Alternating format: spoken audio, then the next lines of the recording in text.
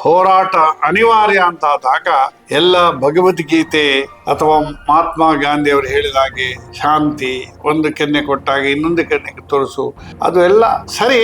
ಆದರೆ ಈ ವ್ಯವಸ್ಥೆಯನ್ನು ತಡೆಯಲಿಕ್ಕೆ ಸಾಧ್ಯ ಆಗಲಿಲ್ಲ. ಅದಕ್ಕೆ ಪ್ರತಿರೋಧ ಹೋರಾಟ ಎಲ್ಲ ನಡೀಬೇಕು. ಅದಕ್ಕೆ ಈ ರೀತಿಯ ಸಂಘಟನೆ, ಯುವ ಸಂಘಟನೆ ಅದರ ಮೂಲಕ ಮಾಡಿದೆ. ಯಾವುದೇ ಒಬ್ಬ ವ್ಯಕ್ತಿಗೆ, ಒಂದು ಕುಟುಂಬಕ್ಕೆ, ಒಂದು ಸಂಸ್ಥೆಗೆ ಒಬ್ಬ ಹಿರಿಯ ಬೇಕು, ಮಾರ್ಗದರ್ಶನ ಬೇಕು. ಅವರಿಗೆ ಭಯ ಮತ್ತು ಭಕ್ತಿಯಿಂದ ಅವ್ರು ನೋಡ್ಬೇಕು. ಅದೇ ರೀತಿ ಸಂಘವನ್ನ, ರಾಷ್ಟ್ರೀಯ ಸ್ವಯಂ ಸೇವಕ ಸಂಘವನ್ನ, ಸಂಘದ ಪರಿಚಯ ಇಲ್ಲದವರು ಕೂಡ, ಸಂಘದ ಸ್ವಯಂ ಸೇವಕ ಅಲ್ಲದವನು ಕೂಡ ವಿಶ್ವ ಹಿಂದೂ ಪರಿಷತ್ತಿಗೆ ಬಂದಾಗ ಪ್ರಪ್ರಥಮವಾಗಿ ಸಂಘದ ಪರಿಚಯವನ್ನು ಅವರಿಗೆ ಮಾಡಿಸೋದು. ಸಂಘ, ರಾಷ್ಟ್ರೀಯ ಸ್ವಯಂ ಸೇವಕ ಸಂಘ ಅತ್ಯಂತ ಅಗತ್ಯ.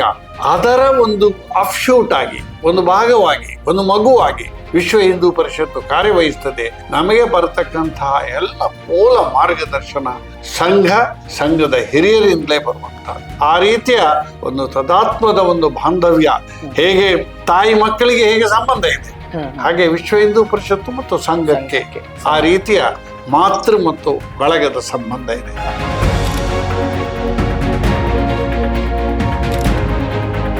ಮತಾಂತರದ ಜೊತೆ ಗೋ ಸಂರಕ್ಷಣೆ, ನಮ್ಮ ಧರ್ಮಕ್ಷೇತ್ರಗಳು, ಅಯೋಧ್ಯೆಯ ಹೋರಾಟದಲ್ಲಿ ಮುಂಚೂಣಿಯಲ್ಲಿ ನಿಂತದ್ದು ವಿಶ್ವ ಹಿಂದೂ ಪರಿಷತ್ತು. ಹಾಗೆ ರಾಜಕೀಯವಾಗಿ ಬಿಜೆಪಿಗೆ ವಿಶೇಷವಾದಂತಹ ಒಂದು ಸ್ಥಾನಮಾನ, ಹಿಂದುತ್ವವನ್ನ ಪೋಷಿಸಬಲ್ಲ, ಹಿಂದೂ ಚಿಂತನೆಗೆ ಒಗ್ಗುವಂತಹ ಒಂದು ರಾಜಕೀಯ ಪಕ್ಷವನ್ನು ಬೆಳೆಸುವಲ್ಲಿ ಇನ್ನು 10 ಹಲವಾರು ಗೋ ಸಂರಕ್ಷಣೆಯಲ್ಲಿ, ಹಿಂದೂ ಸಮಾಜದಲ್ಲಿ ಅತ್ಯಂತ ಪವಿತ್ರವಾದಂತಹ ಗೋವ ಸಂರಕ್ಷಣೆಯಲ್ಲಿ ವಿಶ್ವ ಹಿಂದೂ ಪರಿಷತ್ತು ಕೆಲಸ ಮಾಡಿದೆ. ಲವ್ ಜಿಹಾದ್, ನಮ್ಮ ಹೆಣ್ಣು ಮಕ್ಕಳನ್ನು ಮೋಸದಿಂದ ವಂಚಿಸಿ ಅನ್ಯ ಮತಕ್ಕೆ, ಅದರಲ್ಲಿ ಕೂಡ ತುಂಬಾ ಕೆಲಸ ಮಾಡಿದೆ. ಅನ್ಯಾನ್ಯ ವಿಚಾರಗಳಲ್ಲಿ ವಿಶ್ವ ಹಿಂದೂ ಪರಿಷತ್ತು ಹೋರಾಟ ಮಾಡಿ ಯಶಸ್ಸನ್ನು ಕೂಡ ಕಂಡದ್ದು. ಹಾಗೆ ವಿಶ್ವ ಹಿಂದೂ ಪರಿಷತ್ನ ಕಾರ್ಯವನ್ನ ಹೇಳುವಾಗ ಅವ್ರು ಸ್ವಲ್ಪ ತೀವ್ರಗಾಮಿಯ ರೀತಿಯಾಗಿ ಕಾರ್ಯ ಮಾಡ್ತಾರೆ ಅಂತ ಬೇರೆ ಹೌದೌದು, ಅದರ ಬಗ್ಗೆ ಸಾಮಾನ್ಯ ವಿಶ್ವ ಹಿಂದೂ ಪರಿಷತ್ತು ಒಂದು ಕೋಮು ಸಂಸ್ಥೆ. ಕೋಮು ಸಂಘಟನೆ ಬಳಸಲಿಲ್ಲ, ನೀ ಬಳಸಲಿ ಜನ ಹೇಳ್ತಾರೆ. ಅಥವಾ ನಮ್ಮ ವಿರೋಧಿಗಳು, ಪತ್ರಿಕೆಗಳು ಬಹಳ ಸರಾಸಗಾಟವಾಗಿ ಹೇಳ್ತಾರೆ. ಯಾರು ಇದುವರೆಗೆ ಅನಾಯಾಸವಾಗಿ ಸಿಗುವಂತ ಒಂದು ಸಮಾಜಕ್ಕೆ ಈಗ ಧೈರ್ಯ ತುಂಬ ಬಂದಂತ, ಅದನ್ನ ತಡೆದು ನಿಲ್ಲಿಸಬೇಕಂತ ಒಂದು ವ್ಯವಸ್ಥೆ ಬಂತು ಅಂತ ಹೇಳಿದ್ರೆ, ನಮ್ಮ ವಿರೋಧಿಗಳಿಗೆ ಸಹಜವಾಗಿ ಒಂದು ದ್ವೇಷ, ಅಸೂಯೆ ಬರುವಂತಹದ್ದು ಸ್ವಾಭಾವಿಕ. ಆರಂಭದ ದಿನಗಳಲ್ಲಿ ವಿಶ್ವ ಹಿಂದೂ ಪರಿಷತ್ ಅಂದ್ರೆ ಅದು ಹಿರಿಯರದ್ದು, ವಯಸ್ಸಾದವರದ್ದು, ರಿಟೈರ್ ಆಗ್ಲಿಕ್ಕೆ ಹೋದವರಿಗೆ ಮಾತ್ರ ಧರ್ಮ, ಯಾವ ರೀತಿಯಲ್ಲಿ ನೀವು ಹರಿಕತೆ ಅಥವಾ ರಾಮಾಯಣ ಪ್ರವಚನವನ್ನ ಎಲ್ಲ ಹಿರಿಯರು ಮಾತ್ರ ನೋಡ್ಬೇಕು, ಕೇಳಬೇಕು ಅಂತ ಇದ್ದ ಹಾಗೆ ವಿಶ್ವ ಹಿಂದೂ ಪರಿಷತ್ತು ಸೀಮಿತವಾಗಿ ಹಿರಿಯರು. ಅದರ ಬದಲಾಗಿ ಯುವಕರನ್ನ ಪ್ರೇರೇಪಿಸಿ ಹೋರಾಟವನ್ನ ಮಾಡಬೇಕು ಅಂತ ಕೈಗೆತ್ತಿಕೊಂಡಾಗ ಶುರುವಾದು ನಮ್ಮ ಬಜರಂಗ ದಳ, ಯುವ ವೇದಿಕೆ. ಅದೇ ರೀತಿಯಲ್ಲಿ ಮಾತೃ ಸಮಾಜ, ಮಾತೃ ಸಂಘಟನೆ ಇತ್ತು ವಿಶ್ವ ಹಿಂದೂ ಪರಿಷತ್ತಿನ ಜೊತೆ. ಆದರೆ ತರುಣಿಯನ್ನ ಸೇರಿಸಲಿಕ್ಕೆ ಇನ್ನೊಂದು ಸಂಘಟನೆ ವಿಶ್ವ ಹಿಂದೂ ಪರಿಷತ್ನಲ್ಲಿ ಆರಂಭವಾಯಿತು, ದುರ್ಗವ. ಹೌದು. ಈ ಎಲ್ಲ ಪರಿಣಾಮವಾಗಿ ವಿಶ್ವ ಹಿಂದೂ ಪರಿಷತ್ತಿಗೆ ಹೋರಾಟದ ಹುಮ್ಮಸ್ಸು ಮತ್ತು ಒಂದು ಯುವತಿಯರ ಒಂದು ಶಕ್ತಿ ಇದಕ್ಕೆ ಬಂತು. ಸಾಮಾನ್ಯವಾಗಿ ಒಂದು ಸಮಸ್ಯೆ ಬಂದಾಗ ಹೋರಾಟ ಅನಿವಾರ್ಯ ಅಂತ ಆದಾಗ ಎಲ್ಲ ಭಗವದ್ಗೀತೆ ಅಥವಾ ಮಹಾತ್ಮ ಗಾಂಧಿ ಅವರು ಹೇಳಿದ ಹಾಗೆ ಶಾಂತಿ, ಒಂದು ಕೆನ್ನೆ ಕೊಟ್ಟಾಗ ಇನ್ನೊಂದು ಕೆನ್ನೆಗೆ ತೋರಿಸು, ಅದು ಎಲ್ಲ ಸರಿ. ಆದರೆ ಈ ವ್ಯವಸ್ಥೆಯನ್ನು ತಡೆಯಲಿಕ್ಕೆ ಸಾಧ್ಯ ಆಗಲಿಲ್ಲ. ಅದಕ್ಕೆ ಪ್ರತಿರೋಧ ಹೋರಾಟ ಎಲ್ಲ ನಡೀಬೇಕು. ಅದಕ್ಕೆ ಈ ರೀತಿಯ ಸಂಘಟನೆ, ಯುವ ಸಂಘಟನೆ ಅದರ ಮೂಲಕ ಮಾಡಿದ್ರು. ನಾನು ಹೇಳುವಂತಹದ್ದು ದೊಡ್ಡ ಒಂದು ಕ್ರಾಂತಿ ಆದದ್ದು ಅಂದ್ರೆ, ರಾಮ ಜನ್ಮಭೂಮಿಯ ಈ ಹೋರಾಟದಲ್ಲಿ ಸಾಮಾನ್ಯ ಜನಗಳನ್ನ ತೊಡಗಿಸಿದ ವಿಧಾನ.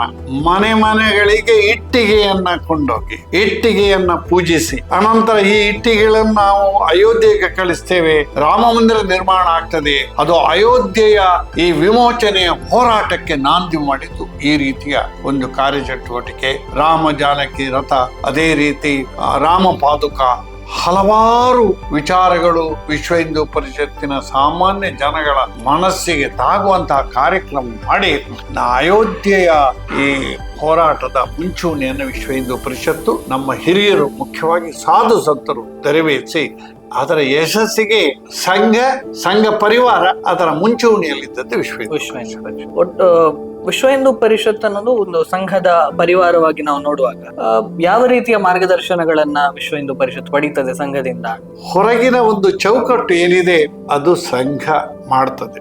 ಯಾವುದೇ ಒಬ್ಬ ವ್ಯಕ್ತಿಗೆ, ಒಂದು ಕುಟುಂಬಕ್ಕೆ, ಒಂದು ಸಂಸ್ಥೆಗೆ ಒಬ್ಬ ಹಿರಿಯ ಬೇಕು, ಮಾರ್ಗದರ್ಶನ ಬೇಕು. ಅವರಿಗೆ ಭಯ ಮತ್ತು ಭಕ್ತಿಯಿಂದ ಅವ್ರು ನೋಡ್ಬೇಕು. ಅದೇ ರೀತಿ ಸಂಘವನ್ನ, ರಾಷ್ಟ್ರೀಯ ಸ್ವಯಂ ಸೇವಕ ಸಂಘವನ್ನ, ಸಂಘದ ಪರಿಚಯ ಇಲ್ಲದವರು ಕೂಡ, ಸಂಘದ ಸ್ವಯಂ ಸೇವಕ ಅಲ್ಲದವನು ಕೂಡ ವಿಶ್ವ ಹಿಂದೂ ಪರಿಷತ್ತಿಗೆ ಬಂದಾಗ ಪ್ರಪ್ರಥಮವಾಗಿ ಸಂಘದ ಪರಿಚಯವನ್ನು ಅವರಿಗೆ ಮಾಡಿಸೋದು. ಸಂಘದ ಕಾರ್ಯಪದ್ಧತಿ ಏನಿದೆ, ಸಂಘದಲ್ಲಿ ಕೈ ಚಪ್ಪಾಳೆ ಹೊಡಿಲಿಕ್ಕಿಲ್ಲ, ಕೈ ಸೆಕೆಂಡ್ ಮಾಡ್ಲಿಕ್ಕಿಲ್ಲ, ಎಲ್ಲ ವಿಚಾರಗಳನ್ನು ಕೂಡ ಸಂಘದ ಮೂಲ ಪದ್ಧತಿಗಳನ್ನ ಅವರಿಗೆ ಅರ್ಥ ಮಾಡಿಕೊಂಡು ಸಂಘದ ಬಗ್ಗೆ ಗೌರವ ಮೂಡಬೇಕು. ಏನು ಹೊರಗೆ ಸಂಘದ ಬಗ್ಗೆ ಅಪಪ್ರಚಾರ ಮಾಡ್ತಾರೆ, ಇದು ಸರಿಯಲ್ಲ. ನಮ್ಮ ರಾಷ್ಟ್ರಕ್ಕೆ, ನಮ್ಮ ಧರ್ಮಕ್ಕೆ, ಈ ದೇಶಕ್ಕೆ ಸಂಘ, ರಾಷ್ಟ್ರೀಯ ಸ್ವಯಂ ಸೇವಕ ಸಂಘ ಅತ್ಯಂತ ಅಗತ್ಯ. ಅದರ ಒಂದು ಅಫ್ಶೂಟ್ ಆಗಿ, ಒಂದು ಭಾಗವಾಗಿ, ಒಂದು ಮಗುವಾಗಿ ವಿಶ್ವ ಹಿಂದೂ ಪರಿಷತ್ತು ಕಾರ್ಯವಹಿಸ್ತದೆ. ನಮಗೆ ಬರತಕ್ಕಂತಹ ಎಲ್ಲ ಮೂಲ ಮಾರ್ಗದರ್ಶನ ಸಂಘದ ಹಿರಿಯರಿಂದಲೇ ಬರುವಂತಹ ಆ ರೀತಿಯ ಒಂದು ತದಾತ್ಮದ ಒಂದು ಬಾಂಧವ್ಯ, ಹೇಗೆ ತಾಯಿ ಮಕ್ಕಳಿಗೆ ಹೇಗೆ ಸಂಬಂಧ ಇದೆ, ಹಾಗೆ ವಿಶ್ವ ಹಿಂದೂ ಪರಿಷತ್ತು ಮತ್ತು ಸಂಘಕ್ಕೆ ಆ ರೀತಿಯ ಮಾತೃ ಮತ್ತು ಬಳಗದ ಸಂಬಂಧ ಇದೆ.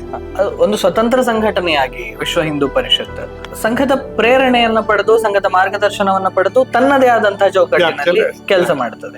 ಈ ಕೆಲಸ ಮಾಡುವ ಕಾರ್ಯ ಪದ್ಧತಿ ಏನು ಅಂದ್ರೆ, ಈಗ ಯಾವ ರೀತಿಯಾಗಿ ಅದರ ಕೆಲಸಗಳು ನಡೀತದೆ?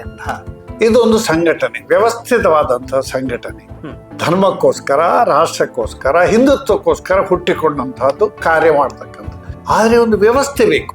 ಅಖಿಲ ಭಾರತ ಮಟ್ಟದಲ್ಲಿ ನಮ್ಗೆ ಒಂದು ಸಂಘಟನೆ ಇದೆ, ಅದು ನವದೆಹಲಿಯಲ್ಲಿದೆ. ಅದು ರಾಷ್ಟ್ರೀಯ ದೇಶದ ಒಂದು ಸಂಘಟನೆ. ಅದಕ್ಕೆ ಒಂದು ನಾನು ಹೇಳಿದಾಗೆ ಮಾರ್ಗದರ್ಶಕ ಮಂಡಳಿ, ಸಂತ ಮಂಡಳಿಯ ಒಂದು ಪ್ರೇರಣೆ ಅದಕ್ಕಿದೆ. ಅದು ವರ್ಷಕ್ಕೆ 2 ಬಾರಿ ಅವರು ಸಭೆ ಸೇರಿ ಅದರ ನಿರ್ಣಯವನ್ನ ಹೇಗೆ ಕಳಿಸ್ತಾರೆ. ಹೇಗೆ ಅಂತಂದ್ರೆ, ರಾಷ್ಟ್ರ ಮಟ್ಟದಲ್ಲಿ ಒಂದು ಸಂಘಟನೆ, ಸಂಘದ ಪ್ರಾಂತಗಳಿವೆ. ಅದು ಈಗಿನ ರಾಜ್ಯದಲ್ಲ. ನಮ್ಮ ಕರ್ನಾಟಕದಲ್ಲಿ ಉದಾಹರಣೆ ಹೇಳುವುದಾದ್ರೆ ದಕ್ಷಿಣ ಮತ್ತು ಉತ್ತರ 2 ಪ್ರಾಂತಗಳಿವೆ. ಅದೇ ರೀತಿಯಲ್ಲಿ ವಿಶ್ವ ಹಿಂದೂ ಪರಿಷತ್ನಲ್ಲಿ ದಕ್ಷಿಣ ಮತ್ತು ಉತ್ತರ. ನಾವು ದಕ್ಷಿಣ ಪ್ರಾಂತಕ್ಕೆ ಸೇರಿದ್ರು. ಪ್ರಾಂತ ಇಷ್ಟು ಸಾಮಾನ್ಯ ಒಂದು ಇಡೀ ದೊಡ್ಡ ಜನಸಂಖ್ಯೆ, ಇಂತಿಷ್ಟು ಜನಸಂಖ್ಯೆಗೆ ಒಳಪಟ್ಟಂತಹ ಜಾಗಕ್ಕೆ ಒಂದು ಪ್ರಾಂತ ಅಂತ ಕರೀತಾರೆ. ಪ್ರಾಂತದ ಕೆಳಗಡೆ ಜಿಲ್ಲೆಯ ಒಂದು ಸಮಿತಿ ಇದೆ. ಜಿಲ್ಲೆ ಅಂತಂದ್ರೆ ಒಂದು 5 ಲಕ್ಷಕ್ಕಿಂತ 10 ಲಕ್ಷದ ಜನಸಂಖ್ಯೆ ಇರತಕ್ಕಂತ ಒಂದು ಭೂಭಾಗವನ್ನು ಸೇರಿಸಿ ಅದು ವಿಶ್ವ ಹಿಂದೂ ಪರಿಷತ್ತಿನ ಜಿಲ್ಲಾ ಘಟಕ. ಅದಕ್ಕೆ ಅಧ್ಯಕ್ಷರು, ಕಾರ್ಯದರ್ಶಿಗಳು ಎಲ್ಲ ವ್ಯವಸ್ಥೆ ಇದೆ. ಸಂಘಕ್ಕೆ ಹೇಗೆ ಬೇರೆ ಬೇರೆ ಉಪವಿಭಾಗಗಳಿವೆ, ವಿಶ್ವ ಹಿಂದೂ ಪರಿಷತ್ ಮಾತೃ ಮಂಡಳಿ, ಅದೇ ರೀತಿ ಬಜರಂಗ ದಳ, ಗೋ ಸಂರಕ್ಷಣೆಗೆ ಒಂದು ವಿಭಾಗ, ಧರ್ಮಾಚಾರ್ಯರಿಗೆ ಒಂದು ವಿಭಾಗ, ಬೇಗ ಬೇಗ ಮುಖಗಳಲ್ಲಿ ಹಿಂದೂ ಸಮಾಜವನ್ನ ಪೋಷಿಸುವ ಸಹಾಯ ಮಾಡತಕ್ಕಂತ ಒಳ ಪಂಗಡಗಳಿವೆ. ಅನಂತರ ಜಿಲ್ಲೆಯಿಂದ ಕೆಳಮಟ್ಟಕ್ಕೆ ಪ್ರಖಂಡ ಅಂತ ಇದೆ. ಸಾಮಾನ್ಯ 2 ಲಕ್ಷ ಜನಸಂಖ್ಯೆ ಇರತಕ್ಕಂತ ಒಂದು ಭೂಭಾಗ, ಅದು ತಾಲೂಕನೇ ಆಗ್ಬಹುದು. ಒಂದು ತಾಲೂಕವನ್ನ 2 ವಿಂಗಡಣೆ ಮಾಡಬಹುದು, ಅಥವಾ ಒಂದು ದೊಡ್ಡ ನಗರವಾದ್ರೆ ಅಲ್ಲಿ 5, 6, 10. ಈಗ ಉದಾಹರಣೆಗೆ ಮಂಗಳೂರು ಜಿಲ್ಲೆಗೆ, ನಗರ ಜಿಲ್ಲೆಗೆ 11 ಪ್ರಖಂಡಗಳಿವೆ. ಒಂದು ಪ್ರಖಂಡದ ಒಳಗಡೆ ಅಲ್ಲಿ ವ್ಯವಸ್ಥೆ ಖಂಡ ಅಂತ ಇದೆ. ಸಾಮಾನ್ಯ 50ಕ್ಕೆ ಕೆಳಪಟ್ಟು 10,000 ಮೇಲ್ಪಟ್ಟಂತ ಜನಸಂಖ್ಯೆ ಇರತಕ್ಕಂತ ಒಂದು ಭಾಗವನ್ನ ಒಂದು ಖಂಡ ಅಂತೇಳಿ. ಖಂಡದ ನಂತರ ಉಪಖಂಡ, ಅಲ್ಲಿವರೆಗೆ ಉಪಖಂಡ ಅಂದ್ರೆ ಒಂದು 1,000ದಿಂದ 2,000. ಈಗ ಗ್ರಾಮ ಪ್ರದೇಶ ಅಂತೇಳಿ ಜಿಲ್ಲೆ ಇದು ಇರ್ತದೆ ನಮ್ದು, ಗ್ರಾಮಗಳು, ಪಂಚಾಯತ್ಗಳು. ಅದಕ್ಕೆ ಸೀಮಿತವಾಗಿ ಅಲ್ಲಿಂದ ಸಂಘಟನೆ ಆರಂಭವಾಗಿ ಹಂತ ಹಂತವಾಗಿ ನಮಗೆ ಮಾರ್ಗದರ್ಶನ ಮಾಡತಕ್ಕಂತಹ, ನಮಗೆ ತಿಳುವಳಿಕೆ ಹೇಳ್ತಕ್ಕಂತಹ, ವ್ಯವಸ್ಥೆ ಮಾಡತಕ್ಕಂತಹ ವ್ಯವಸ್ಥಿತವಾದಂತಹ ಒಂದು ಸೂತ್ರ, ಕಾರ್ಯ ಪದ್ಧತಿ ವಿಶ್ವ ಹಿಂದೂ ಪರಿಷತ್ತಿನಲ್ಲಿದೆ. ಅದರಲ್ಲಿ ಜವಾಬ್ದಾರಿ ಹೊತ್ತವರನ್ನ 3 ವರ್ಷಕ್ಕೊಮ್ಮೆ ಬದಲಾವಣೆ ಮಾಡತಕ್ಕಂತಹದ್ದು ಅಥವಾ ಮುಂದುವರಿಸುವಂತಹದ್ದು ಒಂದು ಯಾವ ರೀತಿಯಲ್ಲಿ ನಮ್ಮ ಈ ಸಮಾಜದಲ್ಲಿ ಈಗ ನಡೀತಾ ಇದೆ, ಅದೇ ರೀತಿಯಲ್ಲಿ ಸುಸೂತ್ರವಾಗಿ ಈ ಒಂದು ವ್ಯವಸ್ಥೆ ನಡೀತಾ ಇದೆ.